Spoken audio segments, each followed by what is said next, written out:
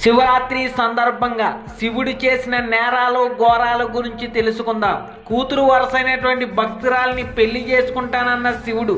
తల్లినే పెళ్లి చేసుకున్న శివుడు, ఒంటి మీద నూనె పోగు లేకుండా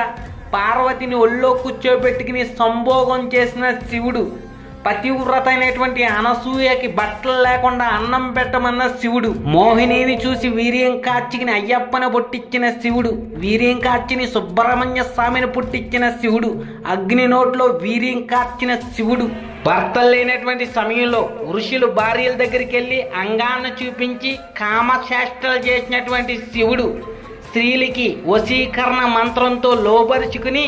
వాళ్లతో సంభోగం చేసినటువంటి శివుడు, శివుడికి తెలియకుండా సృష్టించేశాడని కోపంతో తన అంగాన్ని తానే పీక్కున్న శివుడు, బ్రహ్మ విష్ణుని పరీక్షించడానికి తన బట్టలు ఇప్పికిని నగ్న రూపాన్ని చూపించి భయపెట్టిన శివుడు, భార్య సతీదేవి అగ్నిలో దూకి చచ్చిపోయిన తర్వాత కామ కోరికలతో రగిలిపోయిన శివుడు, శివపార్వతులు ఇద్దరు సంభోగం చేసుకుంటే వాళ్ళిద్దరి ద్వారా కారినటువంటి వీర్యాన్ని అంజనాదేవి సౌలయేస్తే ఆంజనేయుడు పుట్టాడు. ఇవే శివరాత్రి అర్ధరాత్రి శివుడు చేసినటువంటి నేరాలు ఘోరాలు. ఇలాంటి పాపిష్టి పనులు చేసేవాడు దేవుడు ఎలాగవుతాడో గ్రంథాలు చదివి సత్యాన్ని తెలుసుకోవడానికి ప్రయత్నం చేయండి.